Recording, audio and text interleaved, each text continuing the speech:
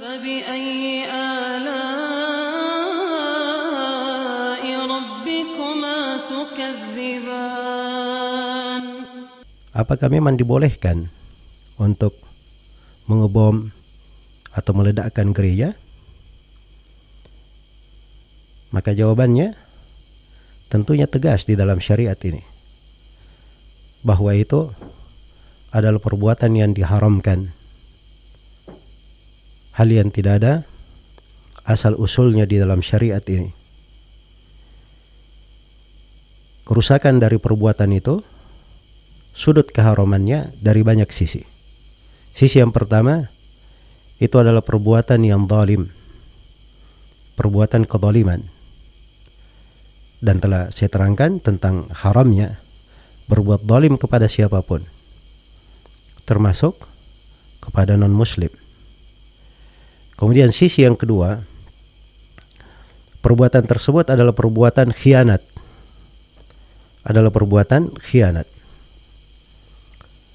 Iya. Karena si pelaku, kalau dia penduduk negara ini, maka dia itu diberi amanah untuk menjaga kebersamaan di tengah para penduduk negara. Dia itu dipelihara dan disepakati. Maka siapa yang keluar dari hal tersebut, itu artinya dia berkhianat. Dan telah berlalu satu pembahasan penuh, kita terangkan dari akhlak orang yang berpuasa dan dari taman sorga adalah tidak berkhianat, amanah. Kemudian sisi kerusakan yang ketiga, di dalam perbuatan tersebut ada bentuk melanggar perjanjian. Melanggar perjanjian. Iya. Karena umat Islam ini ketika mereka hidup di dalam sebuah negeri, maka kafir yang berada di negeri tersebut, yang juga dilindungi oleh negara, taat dan patuh kepada peraturan negara, itu disebut sebagai kafir dhimmi. Dan kafir dhimmi itu tidak boleh untuk diganggu. Iya, tidak boleh untuk diganggu. Rasulullah SAW tegas dalam sebuah hadits yang diriwayatkan oleh Al-Bukhari dan Muslim. Beliau berkata, "Dhimmatul muslimina wahidah. Faman akhfara musliman fa alaihi la'natullahi wal malaikati wan nasi ajma'in la yuqbalu minhu sarfun wala adlun." Rasulullah sallallahu alaihi wasallam bersabda, dhimmah, tanggung jawab atau perjanjian kaum muslimin adalah satu. Barang siapa yang membatalkan perjanjian seorang muslim, laknat Allah, para malaikat dan seluruh manusia akan ditimpakan di atasnya dan tidak diterima darinya sedikit pun. Diriwayatkan oleh Al-Bukhari dari Abdullah bin Amr bin As, Rasulullah sallallahu alaihi wasallam bersabda, "Wa man qatala mu'ahadan lam yarah raihatal jannah." Siapa yang membunuh kafir mu'ahad, maka dia tidak akan mencium baunya surga. Iya. Maka harus diketahui bahwa Islam ini adalah agama yang mulia, mendidik kita untuk berlaku adil, tidak berbuat zalim, amanah, tidak berkhianat, menepati janji dan tidak melanggar dari perjanjian tersebut. Maka ini 3 jenis kerusakan. Kerusakan yang keempat, meledakkan tempat-tempat ibadah meledakkan tempat-tempat ibadah non-muslim, mengganggunya, itu adalah hal yang diharamkan di dalam agama kita. Iya. Siapa yang melakukannya berarti dia menentang Allah dan Rasulnya. Rasulullah SAW melarang untuk mengganggu rahib-rahib yang berada di tempat ibadahnya, pendeta-pendeta yang berada di gerejanya. Beliau juga tidak membolehkan pada saat peperangan membunuh para buruh, orang-orang, para pekerja, para petani. Kenapa? Karena mereka tidak ada andil di dalam peperangan. Ini di kondisi perang. bukan di kondisi aman. Di kondisi perang saja Nabi SAW mengharamkan hal tersebut, apalagi di kondisi aman. Kemudian sudut yang kelima dari bahaya perbuatan ini, bahwa di dalam hal tersebut dia keluar dari jamaah kaum muslimin. Umat Islam ini apabila dia bersama di bawah pimpinan negara, maka itu artinya mereka berjamaah. Dan siapa yang keluar dari jamaah, dari kebersamaan kaum muslimin, tidak mengikuti jalan mereka, maka itu diancam dengan ancaman yang berat.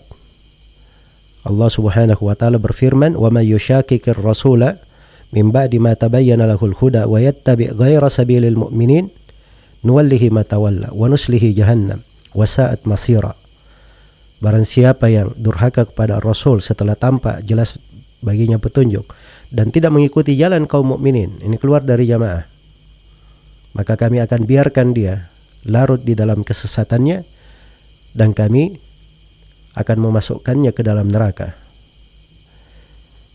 Dan neraka itu adalah sejelek-jelek tempat kembali. Dan Rasulullah SAW bersabda, "Man kharaja minat ta'a wa farakal jama'ah mata mitatan jahiliyah." Barang siapa yang keluar dari ketaatan kepada pemimpin dan berpisah dengan jamaah, maka kalau dia mati, matinya adalah mati jahiliyah. Matinya adalah mati jahiliyah.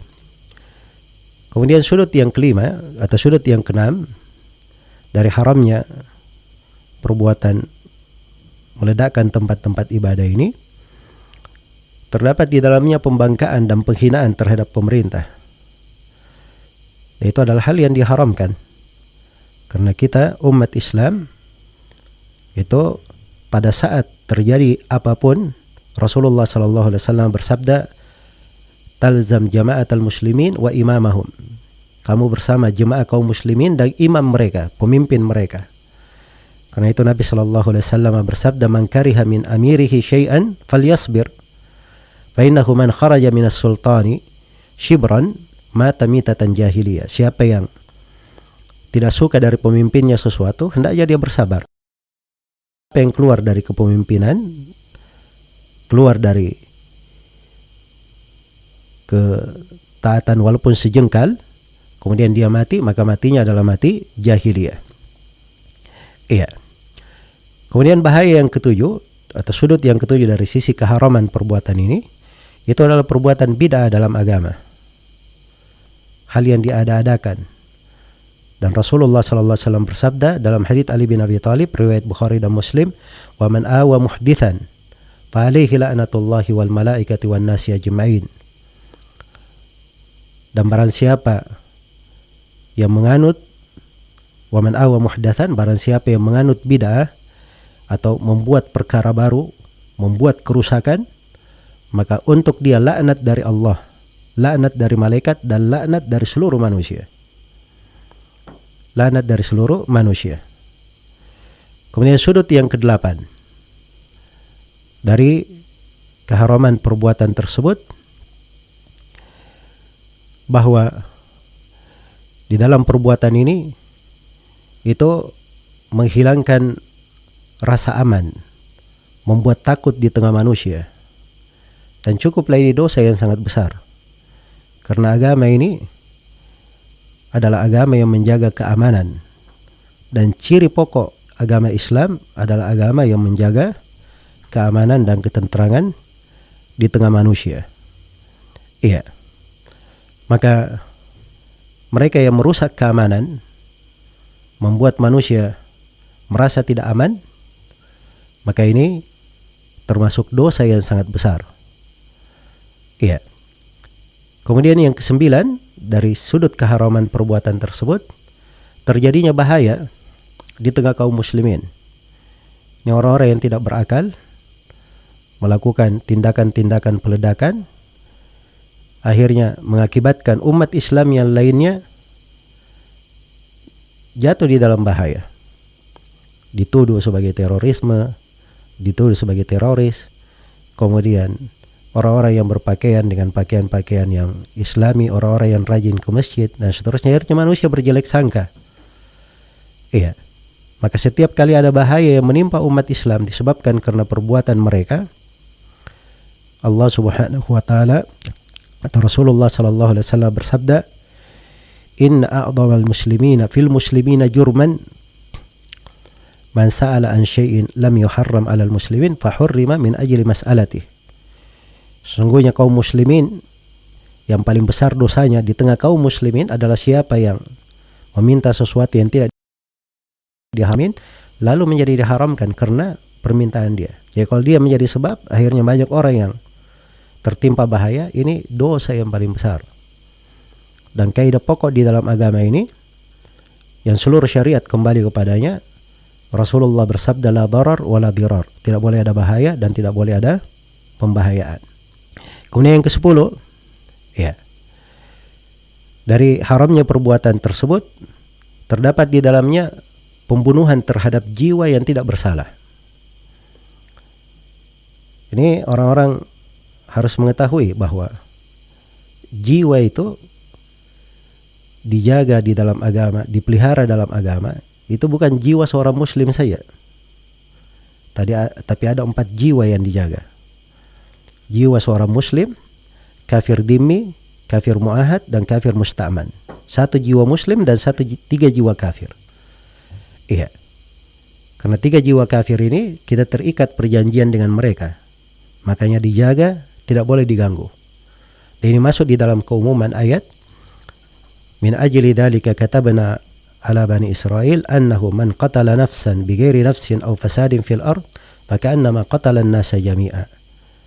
Karena itulah telah ditetapkan atas Bani Israel barang siapa yang membunuh seorang jiwa bukan karena dia membunuh dan bukan pula karena dia berbuat kerusakan, maka seakan-akan dia membunuh seluruh manusia. Maka seakan-akan dia membunuh seluruh manusia. Iya. Kemudian yang ke-11 dari sudut keharaman perbuatan ini menyebabkan banyak dari kaum muslimin itu tersakiti. Ya. Tersakiti dengan hal tersebut. Siapa yang menyebabkan sebuah kejadian mengganggu kaum muslimin, maka ini dia masuk di dalam keharaman yang besar.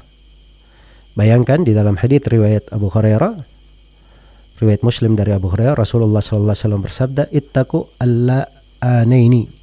Hati-hati kalian dari 2 orang yang terlaknat. Para sahabat bertanya, "Ya Rasulullah, siapa ini 2 orang yang terlaknat?" Kata beliau, "Alladzi yatakhalla fi tariqin nas aw dhillihim." Adalah orang yang membuang hajatnya di jalan manusia atau di tempat berteduh orang. Jadi ini saja mengganggu orang dengan dia buang hajat di tengah jalan atau di tempat berteduhnya manusia, dianggap sebagai orang yang terlaknat. Bagaimana pula dengan dia melayangkan nyawa yang tidak bersalah, melayangkan jiwa yang diharamkan untuk dibunuh, berbuat kerusakan di tengah manusia. Iya. Maka ini masuk di dalam hal yang diharamkan. Dan dari perbuatan yang seperti itu menyebabkan terjadinya gangguan terhadap kaum muslimin. Allah telah berfirman, "Walladzina yu'dzunal mu'minina wal mu'minati bighairi maktasabu faqad ihtamalu buhtanan wa itsman mubina." Orang-orang yang mengganggu kaum muslimin, kaum mukminin dan mukminat tanpa dosa yang dia lakukan, maka dia telah menyandang sebuah kedustaan dan dosa yang sangat besar. Maka ini 11 sudut dari pandangan syariat haramnya untuk meledakkan tempat-tempat ibadah, mengebom dari tempat-tempat ibadah non-muslim. Iya. Dan ini adalah hal yang jelas alhamdulillah di dalam agama kita. Hanya saja sebagian manusia, ya, mereka keluar dari jalan yang lurus, tidak berakal dengan akal yang sehat, sehingga jatuh di dalam perbuatan-perbuatan yang dianggap dirinya berbuat baik di dalam hal tersebut, tapi tidak ada kebaikan sama sekali di belakang perbuatannya. Kalau dia menganggap itu adalah perbuatan jihad, maka itu bukan jihad, itu namanya perbuatan jahat. Iya. Kafir itu pun kalau boleh dibunuh, itu pada kafir harbi itu ada ketentuannya. Ada ketentuannya. Bukan dengan berlaku khianat, menyerang tiba-tiba. Tapi ada namanya proses jihad. Iya. Ini semuanya panjang untuk dijelaskan dan saya hanya meringkas jawaban dengan 11 sudut keharaman perbuatan tersebut dari sisi syariat, supaya menjadi jelas terhadap umat Islam. Semoga Allah Subhanahu wa taala memberi taufik kepada kita semua dan menjadikan bulan Ramadan ini sebagai lahan kita memperbaiki diri, menjauhkan diri kita dari segala bentuk kezaliman, sebab-sebab yang bisa menjatuhkan kita kepada kezaliman. Dan ini adalah lahan ibadah yang sangat agung, taman surga yang sangat indah. Hendaknya kita manfaatkan dengan sebaik mungkin. Semoga Allah Subhanahu wa taala memberi taufik taala.